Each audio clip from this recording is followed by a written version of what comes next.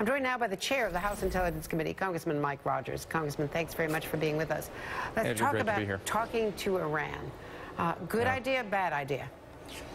Listen, if you're looking for some political reconciliation through talks with Iran, I don't think it's a good idea. You have a real problem right now. There is a momentum problem that's in the favor of an al-Qaeda army, ISIS, that is marching across Baghdad, and they're executing people summarily. They're, as you saw with your own footage, pulling people out of trucks. If they don't answer the right questions about being a Sunni, they'll shoot them.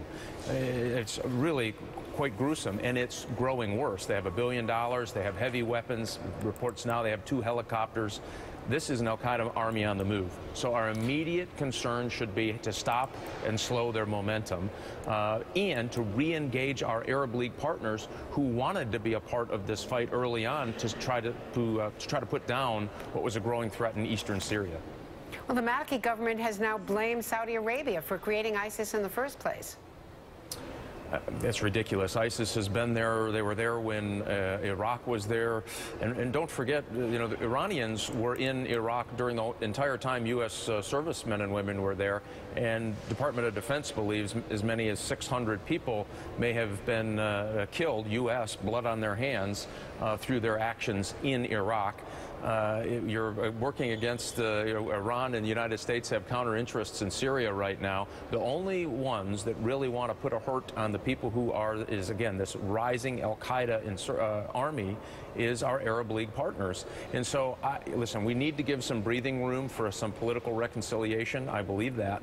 But in order to do that, you have to have fairly decisive, get the Iraqi army back on the battlefield, some decisive wins against ISIS, the al-Qaeda army operating in Iraq and eastern Syria. We can do that. This is not too fragile to put back together. You know, the frustration with our Arab League partners is they've been saying this for 3 years and asking for 3 years worth of help. Well, now's the time. We shouldn't abandon that. We should re-engage that and hopefully have some quick, halting, disruptive type activity that would stop their assault on Baghdad. Do you have a reaction to the arrest of al-Kataba on Benghazi, the Benghazi suspect, finally arrested over the weekend by special forces? Right. A little bit of a bright spot in what has not been a great story to tell on the rising tide of terrorist organizations around the world. So I think there'll be more to come out on that in the days ahead. It's an important thing to send that message to terrorists wherever you are, that the United States will not tolerate the deaths of Americans, attacking Americans wherever you are. We'll find you, we'll get you, and we'll bring you to justice. Those are important messages. A little long overdue. I'm very happy for the folks who put the operation together, and you know, well done. Now we've got a lot of fight left to handle here. Was Abu Khatala the mastermind? Have we broken the back of this conspiracy? Oh, I wouldn't say we've broken the back by any stretch of the imagination. It's an important, this was an important activity to happen, to take someone like Khatala off the battlefield.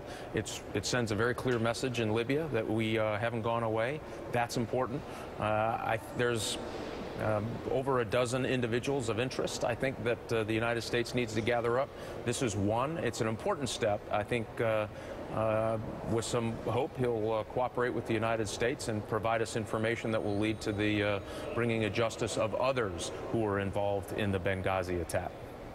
And your take as an intelligence expert on what group was responsible for this now, all these years later?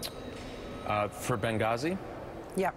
Yeah, Ansar al-Sharia was clearly involved in this event. It's certainly an al-Qaeda-minded organization that had a lot of freedom of operation.